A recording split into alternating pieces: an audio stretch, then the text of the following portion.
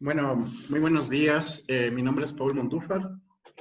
El tema que voy a exponer el día de hoy trata acerca del desarrollo de una metodología para la obtención del ciclo de conducción para la ciudad de Riobamba y obtención de los factores de emisión. Sí. Me gustaría comentar antes que esto es parte del trabajo de mi tesis doctoral que actualmente lo estoy realizando con la Católica de Perú, bajo la dirección del doctor Julio Cuisano y la asesoría del doctor Ignacio Huertas. Actualmente me desempeño como docente de la Escuela Politécnica de Chimborazo. Imparto la cátedra de motores, la cátedra de diseño de mecanismos y dinámica vehicular. Creo que esos aspectos son importantes. Cursé mi carrera en la Escuela Politécnica del Ejército en Ecuador y la maestría la realicé en el Tecnológico Monterrey, bajo la dirección del doctor Ignacio Huertas, en temas afines al aire acondicionado. Creo que esa es la parte más relevante de mi presentación, adicional a eso que me desarrollo como profesor investigador de la Escuela Politécnica de Chimborazo, con algunos proyectos afines al tema de energías renovables y motores de combustión interna.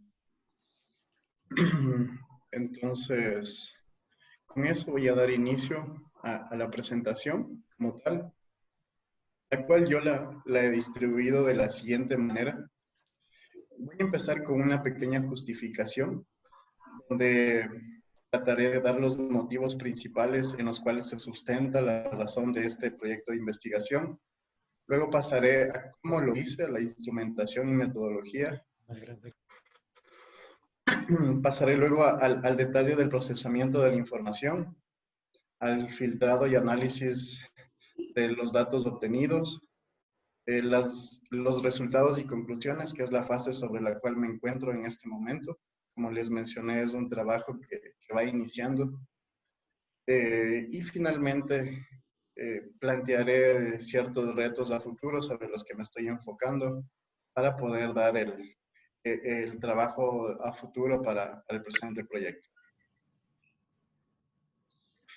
Como les dije, voy a iniciar esta exposición con la presentación de cómo se justifica, cuáles son los motivos sobre los que se apoya este presente proyecto. Uno es como tal que en el lugar donde yo me encuentro, donde se encuentra la universidad, es la ciudad de Riobamba, es una de las provincias centrales del Ecuador. En este momento todavía no tenemos un ciclo de conducción, no tenemos un ciclo de conducción representativo que sea capaz de marcar el patrón de conducción que define el comportamiento del conductor, de la vialidad de la ciudad, y que sea el punto de partida para que podamos tomar las medidas correspondientes al tema de impacto ambiental. El siguiente punto son que las mediciones realizadas en un laboratorio, las mediciones que normalmente tenemos en ciclos de conducción de laboratorio, no logran del todo recibir o captar el sentir de la vialidad de una ciudad. Es como que bajo mi criterio y bajo el estudio que he realizado, no logra describir del todo la realidad de la vialidad. ¿Sí? Le falta aproximarse a la realidad de cada ciudad. Las lecturas obtenidas en pruebas de laboratorio como que todavía mantienen una amplia brecha las obtenidas en carretera. Entonces, el proyecto de investigación, el trabajo que voy a presentar, es 100% realizado en carretera, en ciclos de conducción urbanos. Es decir, que logran describir de mejor manera el comportamiento vial de la ciudad. Adicional, podría decir que es de interés el saber cómo repercute el patrón de conducción, cómo repercute la cilindrada del motor, porque como verán adelante, existe una categorización entre los vehículos que son de estudio, dependiendo de la cilindrada.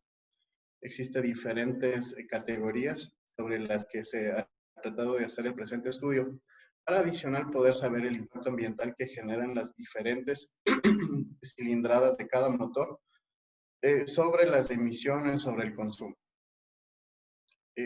Adicional, como un punto importante, obviamente, que está por demás decirlo, cada vez el impacto ambiental de los vehículos del sector de transporte, como podemos verificar en la imagen, es mayor, cercano al 30% y va creciendo. Entonces, todo esto es el pilar sobre el que se sustenta el presente estudio y lo que justifica para que se pueda realizar. Como había mencionado anteriormente, una parte importante de este trabajo es poder dar a conocer el tema vial de la ciudad. Para quienes no conocen, en el mapa pueden apreciar dónde está ubicado el Ecuador. La ciudad de Riobamba como tal está en el centro del país. Entonces, aspectos importantes y que le dan un poco de realce y dan más impulso al presente estudio, obviamente es la altitud a la que se encuentra la ciudad. Sí, bordea entre los 2.700 y los 3.000 metros sobre el nivel del mar. Perdón. Y esto, como deben saber, es un punto importante, porque la gran cantidad de estudios que se han venido realizando han sido más en ciudades de mucho menor altura. Entonces, tener una ciudad que está bordeando los 3.000 metros sobre el nivel del mar es un punto importante de este presente estudio. Es una ciudad que ocupa cerca del centro, se podría decir, dentro de el número de habitantes, no es ni de las más grandes ni las más pequeñas, podría decir que está ubicada en la mitad. La temperatura promedio 12 grados centígrados, tenemos 146,000 habitantes. Una ciudad fría respecto al resto de ciudades.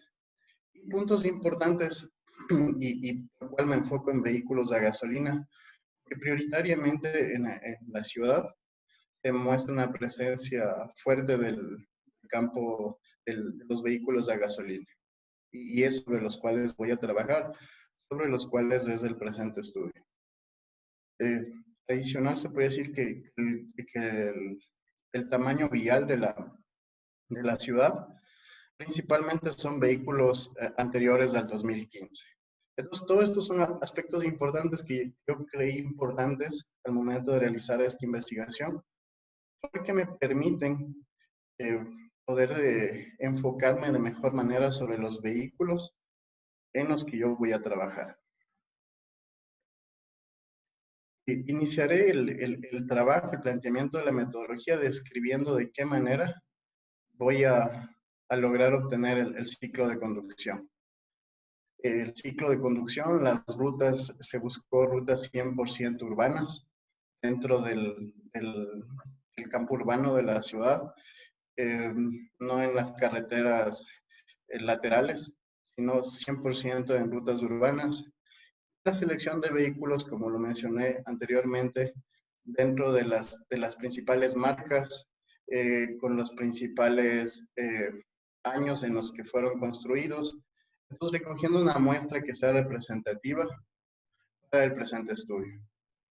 Y después de esto, buscar el modo, una vez que ya seleccioné el lugar sobre el que me voy a desempeñar, sobre el que va a recorrer el automóvil, poder determinar los parámetros característicos que son importantes para poderlos recolectar.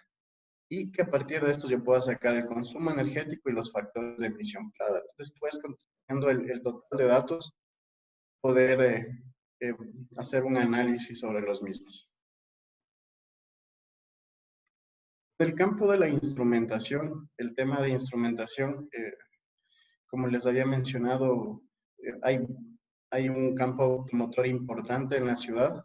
Entonces se recogieron las principales marcas, los logos aparecen en la imagen, sobre las marcas en las que trabajaré principalmente. El presente estudio se recoge una muestra bastante amplia de marcas de la ciudad. Estas son las que existen principalmente. Entonces la selección fueron sobre estas marcas. ¿Cuáles son los datos que busco encontrar, o los que logré encontrar en este estudio? Fue el total de hidrocarburos, el monóxido, el dióxido de carbono, la concentración de oxígeno, el factor lambda, los óxidos de nitrógeno.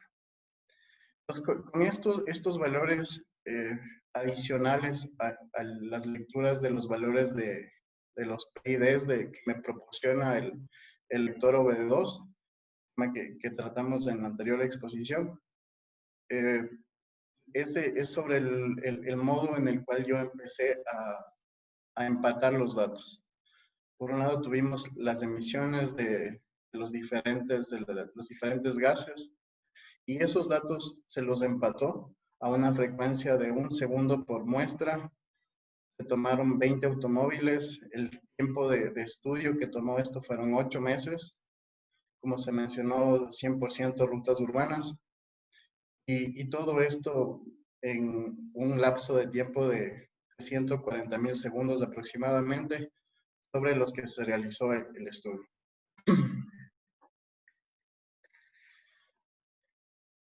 Características del analizador de emisiones.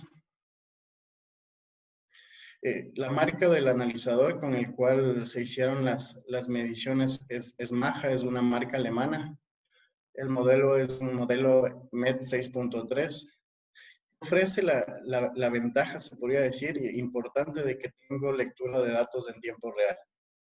Esto es una ventaja importante porque para poder hacer el análisis, si bien es un analizador de flujo volumétrico de emisiones, no tiene la bondad de que a la vez nos permite obtener un reporte segundo a segundo, dependiendo de la frecuencia que yo le estipule, para poder tener las emisiones.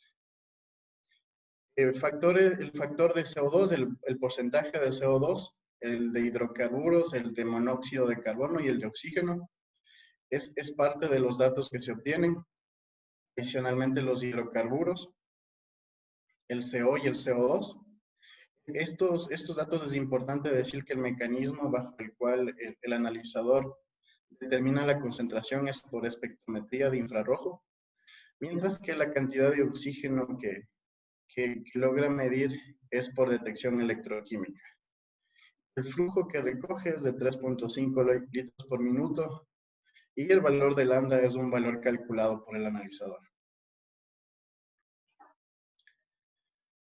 En las imágenes está uno de los vehículos de muestra, uno de los vehículos que contamos en la universidad. Es un Audi Q5 que tiene la ventaja que tiene los compartimentos diseñados como para que las lecturas sean de más facilidad. Tiene las aperturas, tiene la opción de visualizar los conectores. Entonces, esto permitió que las lecturas sean más fácil recolectarlas. La otra parte, después de que hablé un poco acerca del analizador, es cómo recogí el resto de datos dinámicos del automóvil. Es utilizando el conector ELM327 y la aplicación de torque. En la imagen se puede apreciar cada uno de los protocolos que son compatibles con este conector. Hay una captura también donde se puede ver una página donde nosotros podemos verificar qué protocolo es el que tiene cada vehículo. Entonces, antes de hacer una prueba, viene bien el poder revisar si es que el protocolo es compatible. Después de hacer todo el trabajo, aquí hay una lista de vehículos en los cuales no existen inconvenientes. Asimismo, un número reducido de automóviles sobre los cuales tuvimos un poco de inconvenientes, sobre todo en la marca Renault, porque, bueno, sin embargo, podría acotar que la marca acá no existe demasiado número de vehículos, entonces no fue un gran problema. Pero sí existe un poco de inconvenientes en el tema de compatibilidad entre los vehículos de la marca Renault, unos modelos de procedencia china, tienen inconvenientes al momento de generar la conexión.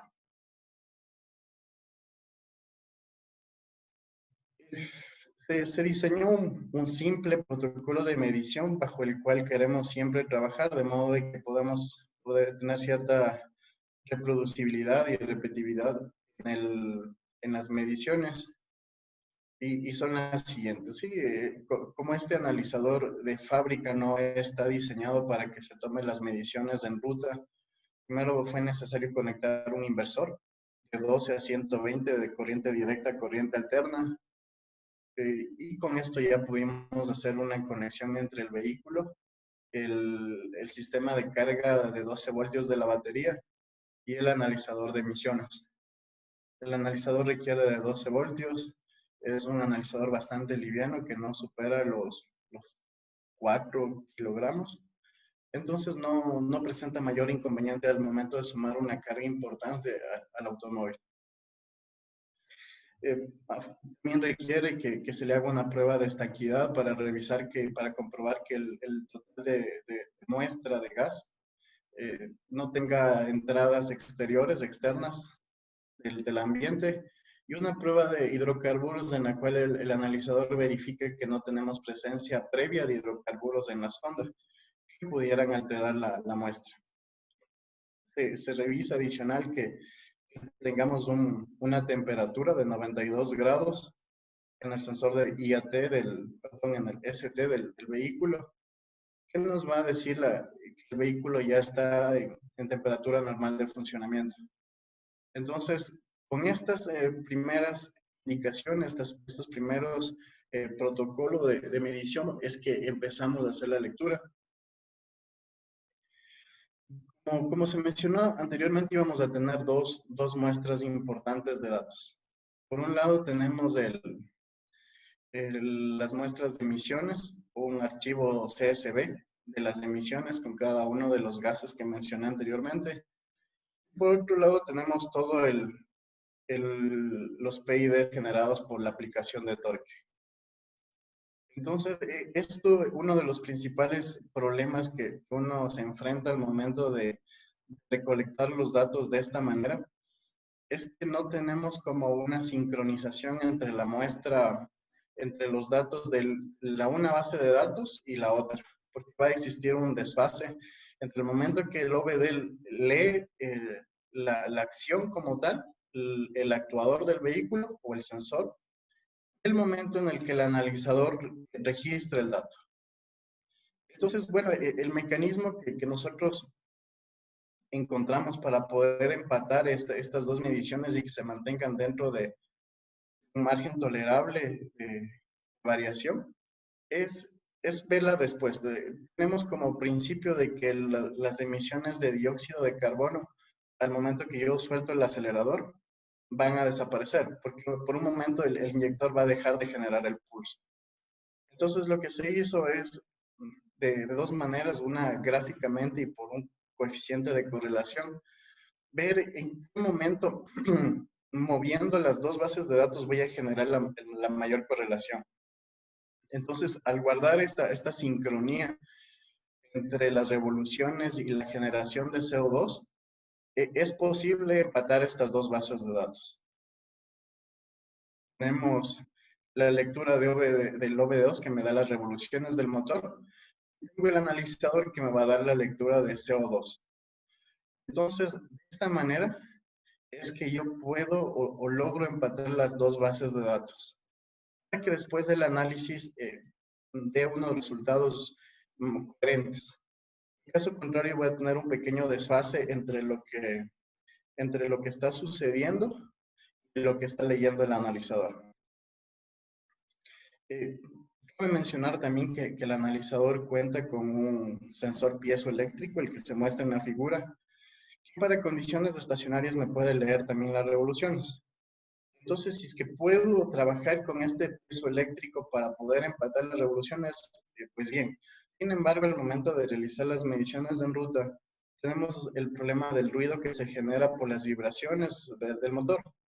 Entonces, es un inconveniente al querer empatar las revoluciones de esta manera. Entonces, el modo ideal es utilizar una aplicación muy sencilla como Torque y empatar las revoluciones de Torque de la aplicación con las emisiones de CO2. Entonces, bueno, esto requiere un poquito de mayor procesamiento de la información, unos detalles adicionales, pero poniéndolo fáciles de esa manera, el modo como podemos empatar los datos. Una vez que tenemos las dos bases de datos sincronizadas, como se había mencionado anteriormente, categorizadas en las diferentes cilindradas, empezamos con el proceso como tal, la generación del ciclo de conducción. Entonces, de una base de datos extremadamente grande, empezamos a generar una macro que me divide periodos de conducción, entre que empieza en ralentí y vuelve a ralentí, considerando esos lapsos de tiempo. A continuación, hacemos un proceso de clusterización de los resultados para poder acercar los resultados que tienen una mayor cercanía dentro de los parámetros característicos de velocidad y aceleración positiva promedio. Y finalmente, eh, los acumulando, irlos agrupando uno después de otro para evidenciar que el resultado final mantenga la velocidad promedio respecto a la media general de las lecturas realizadas. El ciclo de conducción obtenido de la ciudad es el que lo pueden ver. Es un ciclo que toma cerca de 750 segundos con los parámetros característicos que se pueden evidenciar en la tabla presentada. Se podría decir que este es de los principales resultados finales en los que se apoya este trabajo que va iniciando recién, va iniciando. Entonces, es el ciclo preliminar que tenemos de la ciudad con los principales factores importantes, factores característicos, parámetros característicos del ciclo. Como se mencionó anteriormente, una parte importante de este estudio es lograr encontrar los factores de emisión. Sin embargo, el analizador como tal nos da lecturas volumétricas, nos da porcentajes volumétricos, los cuales no tenemos en primera instancia el factor de emisión. No lo tenemos como para poderlo procesar. Entonces requiere hacer un trabajo adicional mediante un método de balance de carbonos. No es otra cosa que tener la ecuación la ecuación de la reacción se genera con el criterio de que el analizador nos está dando los factores resultantes, el número de moles que se están generando en el producto. Y partiendo de eso, partiendo de eso, poder llegar a cuál es la proporción aire-combustible que se está generando. Entonces, a partir de este cálculo de balance de carbonos, con la densidad del combustible más la cantidad de aire que está ingresando al motor, se puede llegar a poder determinar cuál es la cantidad de combustible que se está consumiendo en cada momento. Producto de analizar los diferentes ciclos, en la imagen se puede ver como muestra para un vehículo de 1.600 centímetros cúbicos. Se tiene una media de consumo de 10.6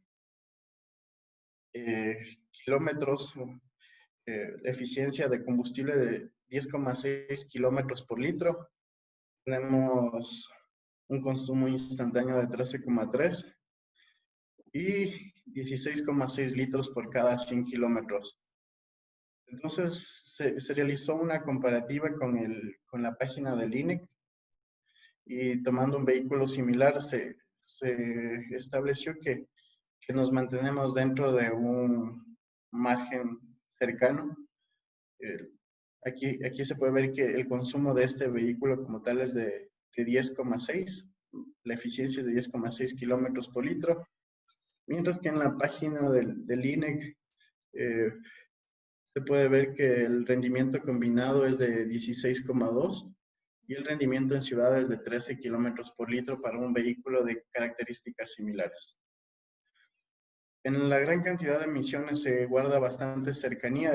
Como les dije, es un trabajo que se está iniciando, que todavía hemos logrado obtener una base de datos bastante extensa. El tema del análisis como tal, de la información, está en proceso. No se puede ver que la gran cantidad de datos guardan una cercanía con las emisiones y el consumo reportado en páginas de la categoría. Entonces, lo que todavía se verifica que existe una distancia, una brecha entre las emisiones reportadas, es en los óxidos de nitrógeno. Todavía por ahí tenemos unos inconvenientes. Creo que se tiene que pulir el trabajo para, para tener lecturas un poco más confiables. Eh, Podría acotar como punto final de esta presentación que el trabajo sobre el cual estamos realizando el siguiente reto es el de la adquisición de datos y el almacenamiento en la nube, lo mismo que está trabajando el grupo. Entonces, se tiene ya un avance, en las imágenes se puede ver, aquí está una imagen un poco pequeña, en la cual ya se tiene un registro de del lector OBD2, ¿sí? De una tarjeta Raspberry. Entonces, conectada al lector OBD2, tenemos ya un registro en la nube de la latitud, de la longitud en la cual se encuentra el vehículo. Entonces, en este campo todavía estamos trabajando. En la diapositiva se puede apreciar el lenguaje sobre el que se trabaja, el servidor sobre el que se va a almacenar la información. Es un trabajo que está en proceso aún. Creo que ya tuvimos como buena noticia justamente el día de ayer, que pudimos ya registrar parte de la información en la nube, porque era como la parte complicada de este estudio, el hacer que no dependamos de que cada vehículo esté monitoreado por una persona, sino tratar de automatizar un poco más. Entonces, la transición de los datos del vehículo a la nube, teníamos ciertos planes, pero tuvimos buenas noticias porque ya tenemos una lectura de los datos que puede leer el LM y lo pudimos subir ya a la nube. Entonces, esto, como les dije, no es el campo sobre el cual yo me desempeño. Sin embargo, tenemos un grupo anexo de la Facultad de Electrónica que está trabajando sobre este tema y que ya empieza a tener las primeras evidencias del trabajo. Creo que esto es la parte relevante de este estudio, del trabajo que hemos venido realizando. Entonces, me gustaría saber si existen preguntas y si para poder ahondar en ciertos temas que se consideran de mayor importancia, que me pudieran decir, comentar sobre las partes que se requiere ahondar un poco más al detalle. ¿Cómo levanto la mano aquí?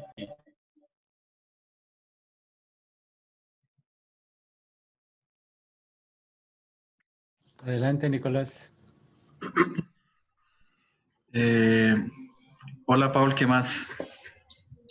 ¿Cómo vas, hombre? Pablo, una pregunta. Háblenos un poquito más, detállenos un poco más el tema de la calibración de los dispositivos ya sobre el vehículo.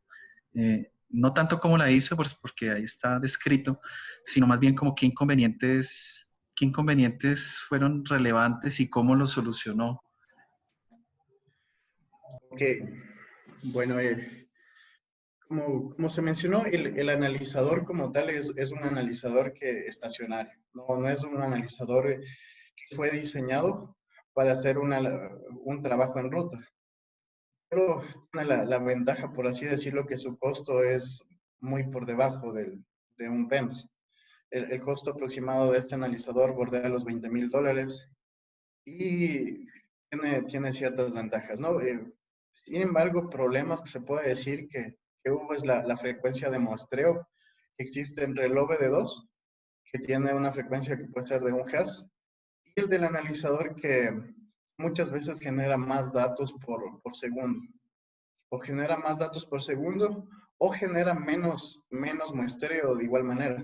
Es decir, que requiere un postprocesamiento de la información en la cual podamos tener un poco más de, como de ir refinando esa base de datos del analizador para poder empatarla con el lector OBD2. Porque caso contrario vamos a tener muestras de diferente tamaño.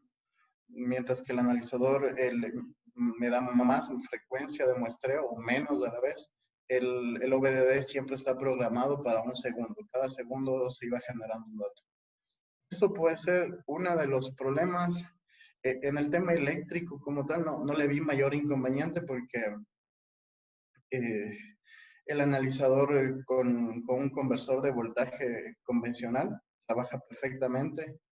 En peso tampoco le considero un mayor problema porque es bastante liviano el analizador.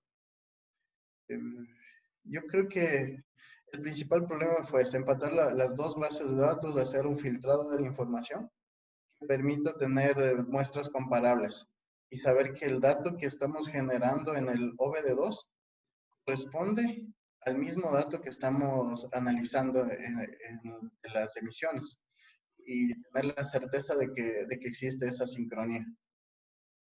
Una pregunta en cuanto a la calibración de los sensores como tal.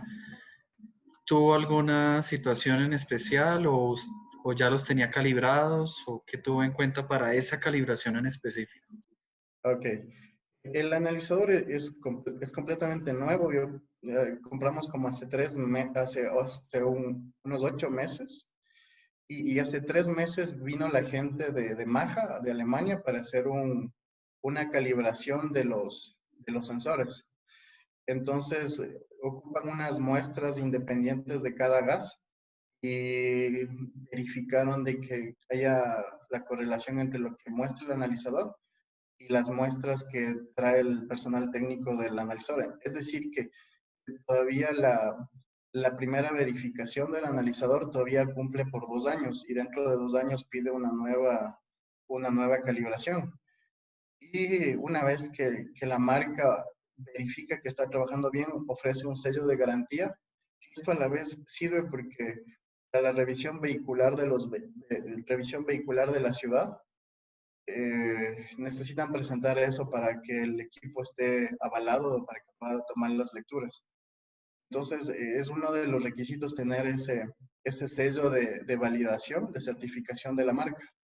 Eh, Un pero consejo. sí, Un consejo respecto a eso y es, está bien que el tema de fábrica y que ellos vinieron y que la muestra y que dieron un certificado y todo, pero sí es bueno y espero que lo tengas en cuenta si vas a seguir haciendo es que compare con otros calibradores que de pronto pueda tener por ahí. O sea, compare que efectivamente la lectura se esté haciendo bien por su cuenta. Porque esos sellos de fabricante yo no he tenido buenas experiencias con eso. Una última pregunta, porque veo que hay varios que quieren preguntar, pero una última pregunta, Paul.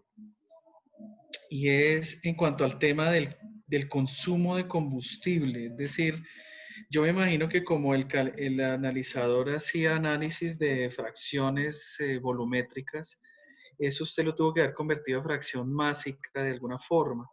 Mi pregunta es si el carro, el vehículo que utilizó, los vehículos que utilizó, tenían lectura de consumo de combustible másica o volumétrica para poder hacer, digamos, esa operación que hiciste de tener unos análisis, de tener unos datos en volumétrica, pasarlo a másica. ¿Cómo? bueno, el método bajo el cual se hizo esta conversión fue el de balanza de carbonos. Tengo las lecturas de los productos y en una ecuación estequiométrica, bueno, no sería estequiométrica, ¿no? Porque no guarda la proporción 14:7, pero logro encontrar la ecuación real de la mezcla. Entonces, a partir de poder determinar cuáles son las cantidades de CO2, las moles de monóxido, de óxido de nitrógeno, a partir de esas empiezo a determinar cuál es la relación entre el aire y el combustible. Entonces, un ejemplo, a partir de esa relación me da que por cada kilogramo de aire que ingresa me está ingresando 15, por cada kilogramo de combustible me está ingresando 15 de aire. Entonces, esto ya me sirve para poder cotejar con la lectura del MAP y poder determinar cuál es la cantidad de combustible que me está ingresando. De esa manera es como el OBD2 mismo ya te da incluso esa lectura aproximada. O sea que sí tiene consumo de combustible volumétrico desde el vehículo, desde el MAP. Sí, sí, puedes seleccionar como parte de las lecturas a obtener del vehículo la cantidad de consumo de combustible que se genera y la cantidad de aire. O sea, esto lo realizamos de dos maneras. Una con el propio conector OBD2, otra con el cálculo del cual hablamos en la exposición anterior, ¿no? Entonces se cotejaron de las dos maneras. Aquí voy a compartir este Excel donde se tiene el conjunto de datos obtenido. Entonces aquí se puede verificar que una de las lecturas que se tienen es la de el remanente de combustible en el tanque y la cantidad de combustible que se está consumiendo. Y entonces, bajo ese criterio es como logramos obtener la cantidad de combustible consumido. Muy bien, muchas gracias. Entonces vamos a darle ahora la palabra a Mariela para que continúe con las preguntas. Hola, Paul, ¿cómo estás? ¿Me oyes? Sí, perfectamente. Hola, Paul, ¿cómo estás? Mira, nosotros tenemos acá, bueno, varias preguntas desde nuestro grupo, somos un grupo de análisis de datos, más que de conocedores del tema de combustión, vehículos, etcétera, y tenemos algunas preguntas que tienen que ver un poco sobre los datos que tienes disponibles para poder reconstruir el patrón de conducción. La primera pregunta que tenemos es, cuando tú hablas que recogiste unas muestras aproximadamente sobre 140.000 segundos, algo así, ¿nos puedes comentar un poquito qué significa una muestra en tu base de datos? Es decir, replanteo quizás un poco, comentas que la muestra la tomaste sobre 8 vehículos, sobre un tiempo de recolección de datos de 8 meses, y una cantidad de segundos registrados, como te comenté, pero ¿qué significa una muestra en tu base de datos? O sea, agarras un auto, lo pones un día a andar una ruta, y eso que registra ese vehículo, eso es una muestra. Sí, exactamente. Precisamente eso se considera como una muestra. Tuvimos alrededor de 100 muestras como esas en dos etapas. Una etapa que se lo hizo sin el analizador de emisiones y otra etapa con el analizador. Entonces, cada una de estas etapas recogió 100 muestras. Una muestra, ponerle eso al vehículo y que salga a rodar libremente un lapso de tiempo de 1 hora. Y eso se le recogía como una muestra y de eso serían dos etapas de 100. Ok, o sea que básicamente tu muestra es una señal temporal, una serie temporal recogida sobre aproximadamente esa hora que tú estás diciendo, en el cual el vehículo hizo una cierta ruta. Eso es una muestra. Exacto. Sí, ok, ¿Y cuántas muestras como esas tienes en tu base de datos durante todo el tiempo en el cual recogiste información o datos, mejor dicho? Son 100 muestras sin el analizador, 100 muestras con el analizador. Un vehículo se lo trabajaba 2 veces diarias. Entonces salía una vez por la mañana, otra vez por la tarde, y cada una de estas, una por la mañana, una por la tarde, se van recolectando las informaciones y todo está subido en una nube donde se puede verificar cada uno de los factores que reporta el dispositivo OBD2. Entonces, o sea que básicamente tienes diariamente 200 muestras, o sea, 200 series temporales, y eso lo hiciste sobre alrededor de 8 meses, ¿sí? Exacto. Sí, precisamente. Ok, bien. Ahora, otra pregunta. ¿Perdón? No, o sea que totales tienes obviamente más de 200 muestras, ¿no? Más de 200 series temporales, porque si lo hiciste sobre 8 meses y cada auto 2 veces al día, esa toma de datos, Entonces, pues por supuesto debes tener mucho más, ¿no? Sí, Sería fue diario. diario tenemos dos muestras, es decir que una muestra por la mañana, una muestra por la tarde, buscando las horas pico. Entonces, de esa manera es como se hizo la lectura. Ok, otra preguntita. Hablas que eso lo hiciste con 8 vehículos. ¿Eso es, digamos, representativo para poder generar un ciclo de conducción de la ciudad? ¿O quizás entendimos mal que no son 8 vehículos y quizás son más? Realmente son 20 vehículos, 10 para la primera etapa, 10 para la primera etapa y 10 para la segunda etapa. Pero aquí cabe mencionar que, bueno, el proceso de generar un ciclo de conducción no necesariamente requiere de que le instrumentemos cada vehículo. En muchas ocasiones lo que hicimos con el vehículo que teníamos a disposición es seguir rutas aleatorias de otros automóviles en la urbe. Entonces, puede ser que se haya repetido el vehículo como tal, pero la trayectoria que la tomó es diferente. Es el método de persecución, bajo el cual simplemente el vehículo instrumentado se pone atrás del vehículo que quiere recibir la información y busca asemejar en el tipo de conducción, tomar las mismas vías, detenerse en el momento en que se pueda. Quizás choferes diferentes, ¿no? Sí, buscar que no genere una repercusión el conductor sobre la muestra. Entonces ahí tuvimos cerca de 10 personas que trabajaron para generar una aleatoriedad sobre el tipo de conducción. Ok, y la última pregunta ya para dejar a los otros compañeros. En la lámina 11, justamente donde muestras el proceso de obtención del ciclo de conducción, por acá no nos quedó claro cómo pasas en la lámina 11. ¿Okay? Exactamente, allí no nos queda claro cómo pasas desde el proceso de clusterización, que es el que tienes justamente en las figuras del medio, hacia el ciclo de conducción. No entendemos cómo hacer esa reconstrucción para irte de los clústeres a una serie temporal sobre 700 y tantos segundos, si mal no veo acá. Quizás sí. A ver, quizás si esa información la tienes en algún documento público mucho más especificado, pues que sea muy complicado de explicar acá, pues quizás nos gustaría que nos compartieras ese procedimiento o cómo fue ese paso allí, porque no lo vemos del todo claro. Bueno, poniéndolo simple, se podría decir que se generaron los clústeres en base a la relación de velocidad y aceleración.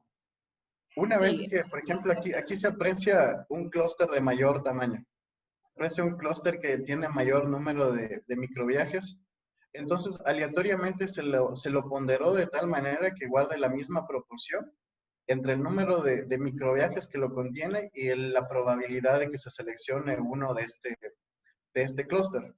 Entonces, una vez que de esta manera, con esta ponderación, se fueron seleccionando microviajes, se generó una macro que me vaya agrupando hasta que sume un ciclo de 800 más o menos 60 segundos. Y de esta manera, al final el propio macro verifica que guarde la cercanía con el conjunto de datos obtenidos, el intervalo del 5%. Entonces, de esa manera selecciona si es que el ciclo es válido o tenemos que reagrupar nuevamente una serie de microviajes. Siempre ponderando los clústeres que tienen mayor número de elementos. O sea que básicamente lo que quizás entendemos acá es que este gráfico que tienes al final sería el gráfico en el cual se agruparon la mayor cantidad de microviajes con las características, es decir, quizás el clúster que tienes aquí arriba. Exactamente. Sí, el resultado es la sucesión de varios microviajes. Como factor característico, como velocidad media, guarda la misma velocidad media del conjunto, la muestra total de viajes obtenidos. Un factor permisible con una variación permisible del 5%. una de mi principal duda es alrededor de cómo se construyó el ciclo y en ese orden de ideas la principal pregunta que tengo es ¿por qué seleccionaste 800 segundos, más o menos 60 segundos como el tiempo de duración del ciclo? Esta es mi primera pregunta. Y la segunda pregunta es ¿qué parámetros característicos utilizaste para evaluar la representatividad del ciclo? ¿Y cuántas veces hiciste el cálculo del ciclo, dado que lo que supongo es que utilizaste microtrips como método para construir el ciclo? Y pues microtrips es un método estocástico, entonces cada vez que lo aplicas te va a generar otro perfil diferente. Entonces mi pregunta es ¿cómo solucionaste el tema de la naturaleza estocástica de microtrips en la construcción del ciclo? Entonces son como 3 preguntitas ahí. Ok. Bueno, la verdad podría decir de que el tema de la selección del tipo de método para poder generar el ciclo de conducción fue base a lectura de ciclos de conducción de ciudades que guardan cierta semejanza con la ciudad de Riobamba. En Quito, que tiene una geografía, una vialidad semejante, trabajaron con ese tipo de método. Y los 800 milisegundos, también yo noté que era un factor como repetitivo en el tema de poder seleccionar un tiempo que me permita generar luego una reproducibilidad en un dinamómetro, que es el siguiente paso que estamos tratando de reproducir este microviaje. O sea, de que, bueno, un ciclo de conducción en vía es muy difícil de reproducirlo, se puede decir que no es reproducible. Sin embargo, se quiere tener un tiempo bajo el cual se puede trabajar en un dinamómetro de rodillos y sobre el cual poder generar como ciertos parámetros de comparación. Sin embargo, creo que en el tema como tal todavía falta bastante por recorrer, por seleccionar cuál sería el método más efectivo, el tiempo más ideal, se podría decir, para poder tomar esta muestra. Creo que todavía está en elaboración, pero son esos criterios un poco simples los que yo he seleccionado para poder elegir ese tiempo como tal, de 800 más o menos 60 como el tiempo de muestra. No sé si había otra pregunta más, se me escapa. Sí, la siguiente pregunta es ¿qué parámetros característicos o qué variables utilizaste para evaluar la representatividad del ciclo respecto a los patrones de conducción de la ciudad? Ok. De momento solo la velocidad de promedio del ciclo de conducción busca empatar con la velocidad promedio del total de muestras obtenidas. Y mi tercera pregunta, así muy rápida, es ¿cómo solucionaste el tema más que solucionaste, abordaste dentro de la construcción del ciclo la naturaleza estocástica del método?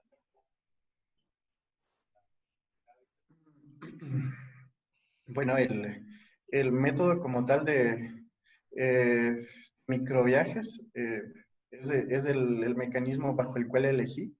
Sin embargo, la característica estocástica de la realidad vial no es considerada todavía, no la tomamos en cuenta. Como se mencionó, el trabajo va iniciando. Mi experiencia en ciclos de conducción, en el trabajo como tal, es el tiempo este que te menciono de los 8 meses. Entonces, considero que todavía este trabajo tiene mucho por pulirse. Buenas tardes.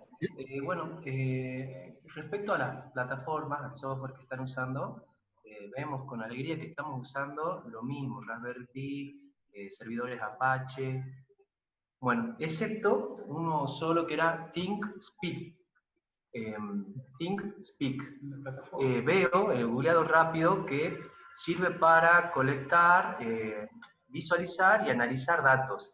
Les iba a hacer la pregunta, ¿cómo llegaron a ese software? ¿Qué ventajas le ven? Si consideraron otras opciones, porque vemos que tiene enlaces para MATLAB, que es justo lo que estamos usando también. Y respecto a la placa, a la placa en sí misma, o sea, de hardware de GSM, ¿cuál sería la que están usando para el Raspberry Pi 3? Porque nos interesa replicar en las mismas condiciones para registrar los datos. Esa sería una pregunta. Ok. Bueno, como yo lo mencioné en la exposición, esta tarea como tal tiene el apoyo de un departamento de electrónica y sistemas experto en el tema. Esa reunión, no sé si la podríamos planificar a futuro, en la cual ellos den el detalle de este trabajo, porque la verdad es que del tema yo desconozco. Simplemente lo que se pudo evidenciar es que ya existe como una conexión entre lo que está obteniendo la placa de la tarjeta de información y lo que yo puedo visualizar en una computadora externa. Entonces, pero el tema adicional, los pormenores, la letra pequeña de este trabajo desconozco y mal haría en poder dar parámetros específicos. Buenísimo, buenísimo. Era simplemente esa duda y sería bueno ponernos en contacto con el equipo de electrónicos, bueno, para intercambiar conocimientos y poder replicar la experiencia por acá en San. Pues mis preguntas están relacionadas también con lo que mencionaba Felipe. Primero, pues, es que no vi por ninguna parte en donde se especificaba qué metodología o qué método utilizar para generar los ciclos. Y también si las rutas eran específicas o si fueron aleatorias o qué criterios tuvieron para seleccionar las rutas. Creo que esos son los puntos. Ok. En reportes urbanos, páginas de movilidad, se verificó cuáles son las rutas que tienen mayor concentración vehicular. Entonces, lo que se buscó simplemente es tratar de describir bajo rutas urbanas el comportamiento de la ciudad, el comportamiento vial. No hubo rutas específicas, sino que fue aleatorio el mecanismo bajo el cual se obtuvo la información. Ok, y con respecto al método, es que pues un poco, o sea, no sé si es que solamente te estás basando en microtrips o en cadenas de Markov, o si vas a hacer otro tipo de metodología. O si... Sí, inicialmente trabajamos con microviajes y ahora vamos a empezar a hacer el mismo ciclo de conducción, pero bajo cadenas de Markov. Es el siguiente propósito en el cual estamos trabajando, ya tenemos muestras iniciales y vamos a empezar a familiarizarnos un poco más con el método para poder describir el ciclo bajo esa otra modalidad. Paul, yo tengo una pregunta con respecto a el tema de lo que viene después, que es la reproducción de estos ciclos en el dinamómetro. La primera pregunta es si ustedes cuando sacan el ciclo de conducción, también sacan el perfil de altitud. Y la segunda pregunta sería, cuando tú dijiste que los ciclos no son reproducibles en un dinamómetro, ¿por qué? ¿Por qué no son reproducibles en un dinamómetro? ¿Cuáles son los inconvenientes que habría al momento de reproducirlos en un dinamómetro? Ok. A ver, considero que tiene cierta dificultad el tema de reproducir un ciclo de este tipo, porque en el dinamómetro el poder representar fielmente la carga aerodinámica, el coeficiente de rodadura con el piso, el propio comportamiento del conductor bajo la situación vial de la urbe, creo que normalmente ha mostrado ciertas complicaciones. Sin embargo, es parte del trabajo futuro. Normalmente en la bibliografía que he revisado evidencian fuertemente el tema de la dificultad que existe en reproducir un ciclo urbano en un dinamómetro. Pero bueno, estamos trabajando en eso para poder encontrar los coeficientes sobre los cuales podríamos representar estos factores de arrastre que tiene el automóvil. y poder tratar de reproducir en el dinamómetro. Sin embargo, creo que las particularidades que se tienen en la vía, el carácter transitorio de los elementos, creo que podría complicar en cierto grado el poder reproducir esto en un dinamómetro. La otra pregunta, Daniel, perdón. Era, a ver, el tema de por qué es difícil leer el uno, y el otro es si es que están considerando el tema de altitud en la obtención del ciclo. Sí, parte de los datos, no sé si se puede ver aquí también tenemos entre la información que estamos recolectando, es la posición en la cual se encuentra el automóvil. Entonces, altitud también tenemos como uno de los parámetros sobre los cuales se está registrando en la base de datos general. Es decir, que sí se podría generar también el perfil de altitud del ciclo. Bueno, tenía una duda en referente al tema de representatividad, porque escuché mucho el mencionar selección de rutas, buscar calles con alto tráfico, evitar autopistas, y siento que podría ser un poco sesgado esa adquisición de datos, porque si tú solo estás tomando datos en horas pico de la ciudad y estás tomando datos evitando la circunvalación que hay en Riobamba, que pues es donde circula prácticamente todos los vehículos para pues, moverse en trayectos de la ciudad, siento que al tú seleccionar únicamente rutas en horas pico y evitar esas circunvalaciones, estás tal vez sesgando un poco los datos y se aleja un poco de representatividad de la ciudad cuando ya hagas el ciclo. Puede ser que de hecho sí existe falta de representatividad respecto a las rutas externas de la ciudad. Sin embargo, en reportes urbanos se verifica que existe una concentración importante de vehículos de la ciudad como tal, ¿no? Porque los pasos periféricos son pasos a Guayaquil, pasos a Guaranda, y el ciclo como tal, como que se concentra o busca concentrarse principalmente en lo que es el comportamiento urbano, más que en la autopista, en vías que son de tránsito a otras ciudades. Pero sí considero que también es necesario considerar ese tipo de rutas para que la muestra se acerque un poco más a la realidad. Sí, yo lo que me refiero, por ejemplo, es que si tú solo estás tomando datos en horas pico, estás asumiendo que la ciudad siempre maneja con esa cantidad de tráfico. Entonces, me refiero que se está sesgando un poco. Entonces, mi sugerencia sería no sesgar en horarios de monitoreo y tampoco sesgarlo por rutas, sino por geolocalización, geofensas. Entonces, si tú hicieras como un geofences basado, o sea, dejas que los vehículos manejaran tranquilamente todo el tiempo en la ciudad, y con GPS después tú filtras los datos que estén dentro de la ciudad, evitando carreteras y sin tener que estar sesgando un poco el tema de tráfico. Yo creo que eso permitiría ser tal vez un poco menos sesgado a la adquisición de datos. Muchas gracias.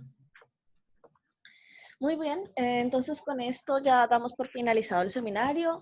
Agradecemos a todas las personas que se conectaron vía remota, las preguntas realizadas, y las invitamos el próximo miércoles a las 10 horas México a la próxima conferencia que será dada por Felipe y que vía correo y redes sociales estaremos dando la información al respecto.